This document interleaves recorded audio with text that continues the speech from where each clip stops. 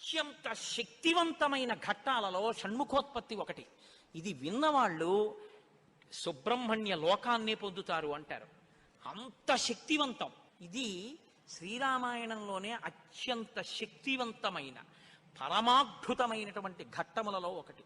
ఇది ఎంత శక్తివంతం అంటే గర్భిణీ స్త్రీలు కానీ ఈ సర్గల్ని పారాయణ చేస్తే తప్పకుండా వాళ్ళకి సంతానం కలుగుతుంది. సంతానం ఉత్తమమైన సంతానం కలుగుతుంది. ఎటువంటి సమస్యలు లేకుండా వాళ్ళకి ప్రసవం అవుతుంది.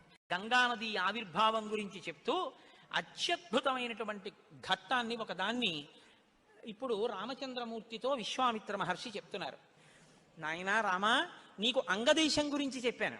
మన్మధుడు కాలిపోయాడు. తర్వాత పార్వతీ పరమేశ్వరులకి వివాహమైంది. ఎలా అయింది మరి మన్మధుడు లేకుండా? ప్రారంభమే ఒక గొప్ప విషయం. అందరి మీద బాణాలు వెయ్యాలి